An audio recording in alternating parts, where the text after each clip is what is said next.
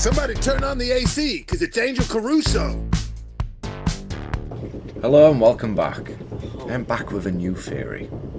Well, for me at least, it's new. I was lying down the other night and it hit me. Why is the Doc friends with Marty McFly in 1985? At the start of the movie we can see they have a fairly close relationship. We never discover why they are actually friends. We just accept it and go on the journey with them. But why would a really old man hang around with a young teenager with no scientific knowledge? What benefit does the Doc get from having Marty hanging around him? He breaks his speaker at the start of the movie, which shows he's a nuisance. And I still don't understand why this old man would want to hang around with him. This is the reason I believe. Doc, is that a Devo? Never mind that now. So at the start of Back to the Future, we see that Doc is not that good of a scientist. Not really. He's doing wild experiments with clocks being 5 minutes fast. He seems eccentric and a failure. As we see in 1955, he believed he had created a mind-reading device. Again, another failed invention. A vessel that nobody has made before. This time machine actually works. This invention works. So did Doc make this Delorean into a time machine? Yes, of course he did. However, he had the idea 30 years before, and he has been desperately waiting for the DeLorean car to be released and for Marty to grow older. Because he has already seen the time machine in 1955. Marty arrives there with it, so Doc helps him leave 1955 and has to sit on it for 30 years.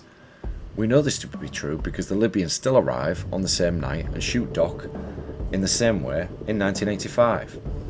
Even with Marty leaving Doc a note in 1955, the events still pan out exactly the same.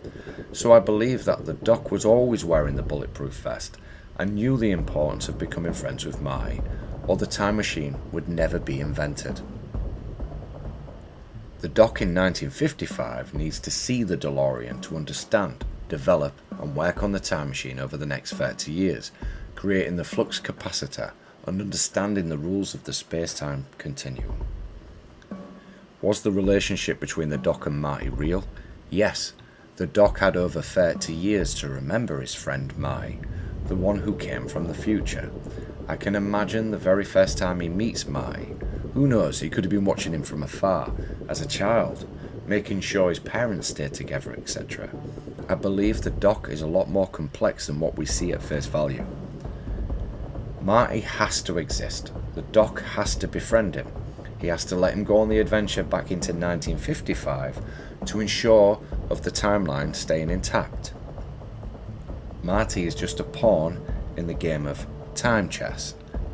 The objective that Doc knows he dies in 1885. So the Doc knows that he dies in 1885. Again, he has to sit on 30 years of this.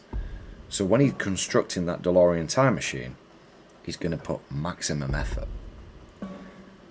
He never gets to find out if he makes it past then.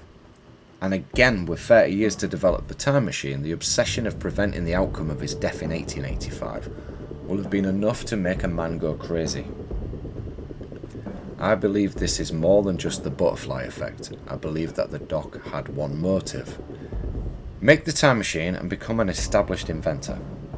We see this by the evidence in the newspapers from the future about the Doc being commended. He did truly seek fame and to change the way the human race saw science. But did he actually create the time machine? This is what I cannot get my head around. He first sees it in 1955, so how can he originally create it in 1985? Do you see why I raised this question? Does my explanation even make any sense?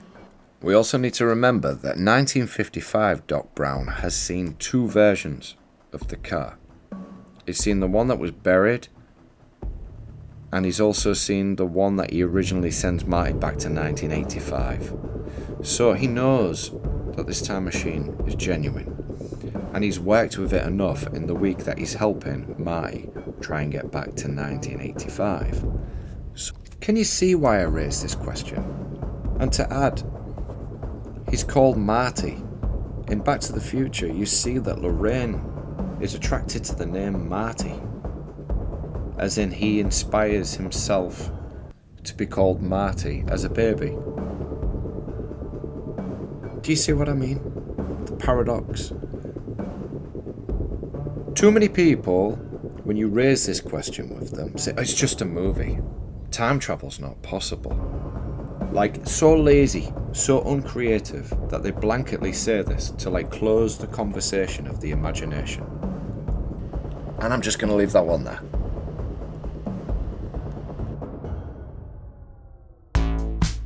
Somebody turn on the AC, because it's Angel Caruso.